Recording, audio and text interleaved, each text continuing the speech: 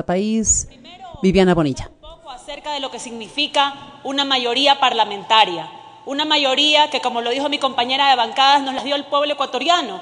Yo quisiera, Paola, que le pidas a tus compañeros de bancada, aquí al colega Falqués, que te recuerde cómo funcionaban las mayorías en la época del Congreso del pasado. La famosa aplanadora que aprobó la ley AGD es simplemente uno de los ejemplos. Hoy esta mayoría digna, respaldada en la voluntad del soberano, aprueba leyes en favor de todos los ecuatorianos y no con nombre y apellido como antes se aprobaban.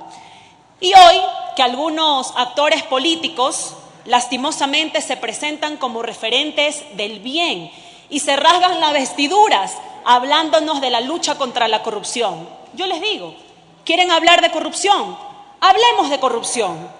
Y no es que estamos desviando la atención como alguien dijo, estamos recordándole al país lo que era el Ecuador del pasado. ¿O ustedes creen que ya nos hemos olvidado, por ejemplo, que Osvaldo Hurtado para tener gobernabilidad entregó las aduanas? Nos olvidamos el negociado que representaba manejar Andinatel y Pacifitel y en manos de quienes estaban. Nos hemos olvidado que desde la ciudad de Guayaquil se hacían llamadas para designar por teléfono a las autoridades de control. ¿Ustedes creen que nos hemos olvidado de cómo se conformó la Pichicorte y quiénes votaron por aquella corte? No nos hemos olvidado. Esa corrupción evidente, esa corrupción tolerada, esa corrupción repartida y consentida por la partidocracia ya no existe. Alguien aquí dijo que este gobierno no había hecho nada en la lucha contra la corrupción en los últimos 10 años. Y claro que hemos hecho muchísimo. ¿Saben cuál es el principal cambio? Que ya no existe una corrupción institucionalizada, ya no existe una corrupción legalizada. Lo que ahora existe es que se legisla en favor de las grandes mayorías. Muchos se preguntan, por ejemplo, ¿qué creen que fue el salvataje bancario? ¿Qué creen que fue el congelamiento de nuestros depósitos? ¿Por qué los responsables de estos actos tan bochornosos no están presos? La respuesta es fácil y me dirijo también a los medios de comunicación. ¿Por qué? Porque se encargaron de legislar para que estos actos queden en la impunidad. Aquí hay muchos asambleístas de larga trayectoria política y les quiero hacer una pregunta de la forma más objetiva posible. ¿Qué gobierno que ustedes recuerden, denunció a sus propios ministros por actos de corrupción? ¿Fue acaso el gobierno de Roldós que denunció a su ministro del Interior por el caso de las muñecas de trapo? ¿Fue acaso el gobierno de León Febres Cordero que denunció a sus propios ministros por el caso Ecohospital, recolectores de basura, Rangasid, Perimetral y además los Fokers? La respuesta, para que lo recuerde el país, es no. Jamás existió un gobierno que denuncie a gente de sus propias filas. Es este gobierno quien ha tomado la firme decisión de denunciar a los corruptos que están dentro de este proceso. Y quiero decirles algo, no vamos a permitir que nos quieran quitar las referencias. No vamos a permitir que por la traición, por los actos ilegales de unos cuantos, se quiera generalizar la tónica de todo un gobierno electo democráticamente por el pueblo ecuatoriano. ¿Que han existido casos de corrupción? Por supuesto que han existido casos de corrupción. Pero como lo dije, la mayoría, a diferencia de gobiernos pasados, han sido denunciados por este gobierno y le hemos pedido a la justicia que actúe de forma independiente. El caso Petroecuador no es un caso aislado. Esto no es un caso que salió en los últimos 10 años de gobierno. Recordemos quién es la cabecilla del caso Petroecuador, Carlos Pareja Cordero, y a qué partido político evidentemente y notoriamente pertenece. Es verdad que los controles han fallado. Tenemos que hacer un mea culpa y tenemos que corregir aquello. Pero también es verdad que la existencia de paraísos fiscales han permitido facilitar los hechos ilícitos. Consulta popular, que es otra muestra de lo que ha hecho este gobierno en la lucha contra la corrupción. Una consulta popular que ustedes se opusieron abiertamente y hoy a nosotros nos pretenden dar clases de moral y de transparencia. Empiecen por responder al pueblo ecuatoriano por qué se opusieron a la consulta popular.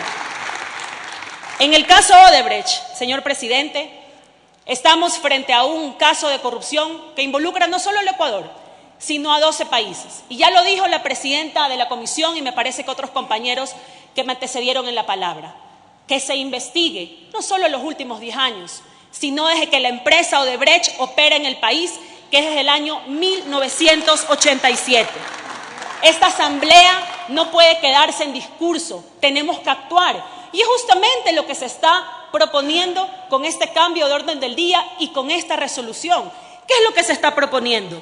Llamar a juicio político al Contralor General del Estado, convocar al Fiscal General del Estado para que informe acerca de las investigaciones, conformar una delegación multipartidista y justamente cuando hablamos del diálogo y la apertura, aquí estamos dando otra muestra de aquello, en donde van a estar representados no solamente asambleístas del oficialismo, sino también asambleístas de ustedes, de los bloques de oposición.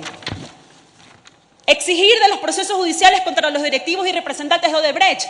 Nadie está hablando de que se vaya a Odebrecht y que los directivos no respondan ante la justicia. Tenemos que diferenciar esos dos momentos. Impulsar las reformas legales necesarias y finalmente que se vaya a Odebrecht del país. ¿Qué pide? ¿Qué ha pedido el bloque Suma Creo? Aquí tengo los 5 puntos que ese bloque ha pedido. Juicio político a Poli, creo que coincidimos. Que por cierto, Contralor que también auditó la gestión del alcalde Mauricio Rodas y que ha auditado la gestión de varios asambleístas que antes eran parte de los gobiernos autónomos descentralizados, no solo de este bloque que algunos fuimos ministros del presidente Rafael Correa. ¿Qué más piden? Conocer la información del proceso iniciado desde la Contraloría y en que estaría supuestamente involucrado el fiscal. Respetamos las instancias judiciales y ojalá la Asamblea pueda conocer, de acuerdo con ustedes. ¿Qué piden además? La comparecencia de los miembros del Consejo de Participación del Control Social.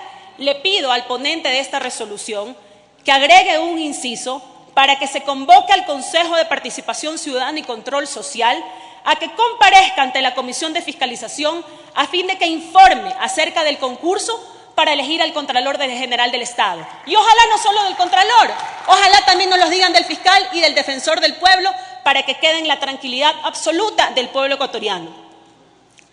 ¿Qué más piden ustedes? Publicación de la lista de Odebrecht por parte de la Fiscalía de todos los nombres involucrados sin reserva de los que tienen fuero de corte. Excelente, nosotros también pedimos exactamente lo mismo, pero en este punto alguien habló al inicio de este pleno de coherencia. Somos coherentes, quieren ser coherentes. Pidamos entonces la lista desde 1987, que seguramente habrán muchos funcionarios de gobiernos anteriores. Y finalmente ustedes piden la comparecencia del vicepresidente Jorge Glass y además han dicho por ahí en ciertos medios de comunicación que incluso debería poner la renuncia por estar presuntamente vinculado a estos hechos de Odebrecht. Seamos coherentes. Si ustedes están proponiendo que comparezca el vicepresidente, ¿qué tal si proponen también que comparezca Mauricio Rodas para que explique la participación de los asesores que presuntamente estarían involucrados en tema Odebrecht? ¿Qué tal si pedimos la comparecencia? Señores asambleístas. ¿Qué tal si pedimos también la comparecencia de Matraca? Por favor, señoras y señores asambleístas.